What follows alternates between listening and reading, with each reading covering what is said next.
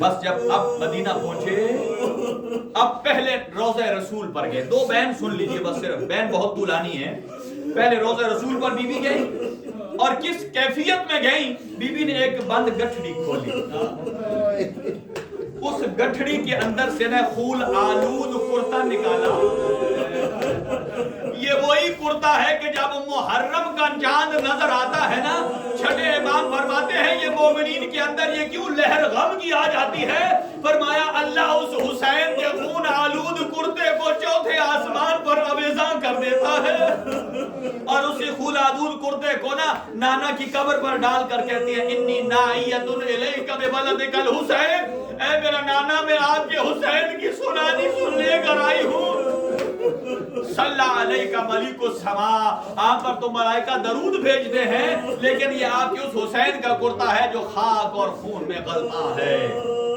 اب سنو گے دوسرا جملہ جو بڑا درد بیان کیا بی بی، یہ ام کلثوم کا درد ہے، اور ایک بی بی زینب کبریٰ کا درد سنیے بس. اور کہا اے نانا آپ کی امت نے ہمیں بڑا ستایا ہے. بی بی نے وہاں حضرت عباس کے شانوں کا تذکرہ نہیں کیا، وہاں اکبر کی چھاتی کی بچی کا تذکرہ نہیں کہا کہ بڑا درد ہے، وہاں 6 مہینے کے اصغر کے سے شعبہ تیر کا تذکرہ نہیں کیا، وہاں اپنی ردا کا تذکرہ نہیں کیا.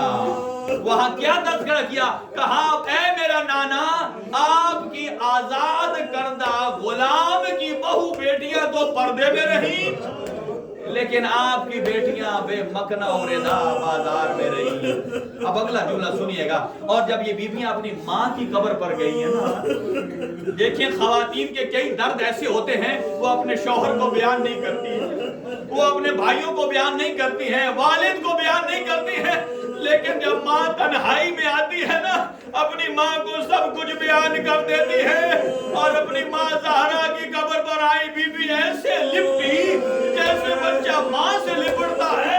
یہاں بہت بڑے بند ہیں مرثیے کے، بس ایک مرثیہ سنیے گا. کہتی فاطمہ تو قد لقیت من عداک ولاقی رات مما قد لقینا، اے میری ماں آپ کو کنفذ کا ایک تازیانہ لگا تھا نا، آپ اس ہاتھ سے تصویر نہیں پڑھ سکتی تھی، اور اس ٹوٹے ہوئے ہاتھ کے ساتھ لہد میں اتر گئی. اور کہا اے میری ماں اگر قبر سے باہر نکل کر دیکھیے آپ کی بیٹی زینب کی ساری قبر تازیانہ سے